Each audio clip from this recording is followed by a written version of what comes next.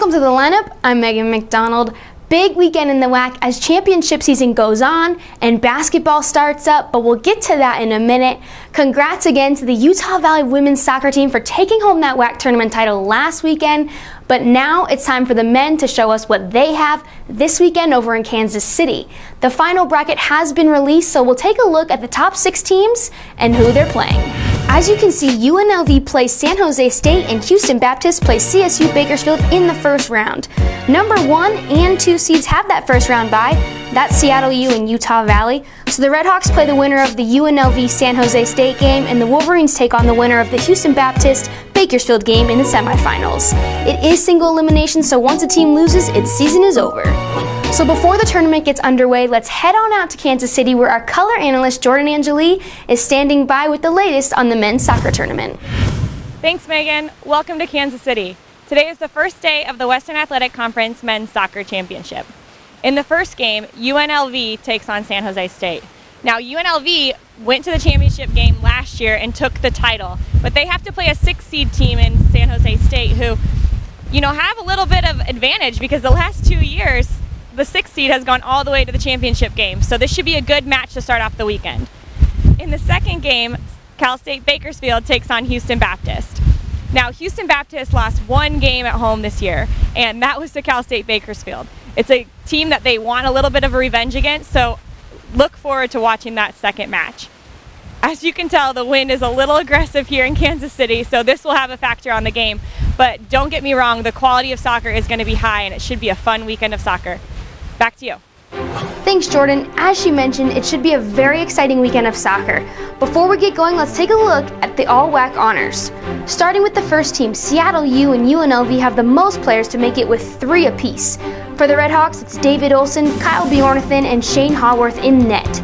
For the Rebels, we have Danny Musovsky, Rodrigo Fuentes, and Bradley Camden, all names we've been hearing about all year. 2 players from San Jose State made the first team, as well as 1 from Bakersfield, 1 from Utah Valley, and 1 from Incarnate Word. As for the second team, Seattle U and Utah Valley showing why they're seeded 1 and 2, having 3 players apiece.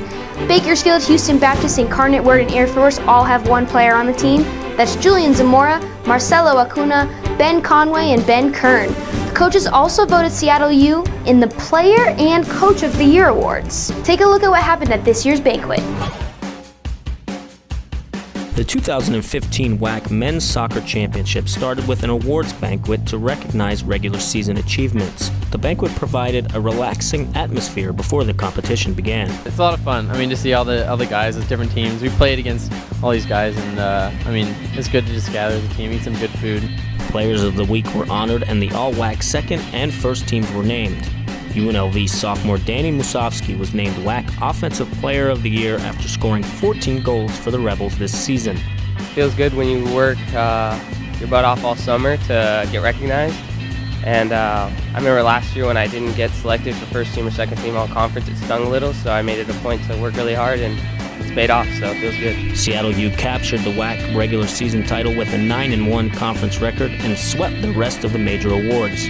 Senior Kyle Bjornathan won Defensive Player of the Year, Sergio Rivas took home Freshman of the Year, and Pete Fewing was awarded as the league's best coach. It means a lot. To get recognized, it's cool. I couldn't have done it without my team. We've worked hard, and it means a lot. That shows my hard work. I put a lot of hard work and dedication into our practices, and we're very determined as a team, and I believe that this has shown our hard work overall. It's nice that my name's going to go on the plaque, but it really should have everybody's name on the plaque. I'd be perfectly fine with that. As I mentioned earlier, the Utah Valley women's soccer team winning the WAC tournament last week, beating the number 1 seed Seattle U, and getting that automatic bid to the NCAA tournament. Well, that starts this weekend. The Wolverines have a very short travel day right down the street to their neighbor, BYU. UVU makes its first ever appearance at the NCAA Championship. The Wolverines have won 9 of their last 11 games, picking up a pair of shutout victories in the WAC tournament.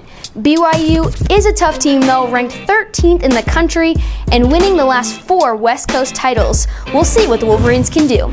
Good luck to the Utah Valley women's soccer team. Moving right along through our fall sports, this is the last weekend of regular season volleyball, and New Mexico State has already clinched the regular season title. But there is a tie for second place, and to no one's surprise, everyone wants that spot to get the first round bye in the WAC tournament next weekend. So let's take a look at who can single-handedly clinch that number 2 spot. Big time matchup between first and one of the second places in the conference. New Mexico State takes on Utah Valley in Wolverine territory. The Aggies beat UVU in 4 sets earlier this season in Las Cruces, but the Wolverines are home this time around and it's their senior day. Will Utah Valley send its seniors out with a win over New Mexico State? We'll see this weekend. Another big game this weekend, last year's WAC regular season champ travels to last year's WAC tournament champ. That's UMKC at Bakersfield. The runners are one of the teams tied for second place right now and are coming off a big couple weeks beating Utah Valley and Seattle U. The last time these two faced each other, they went to 5 sets, but Bakersfield went home with a W.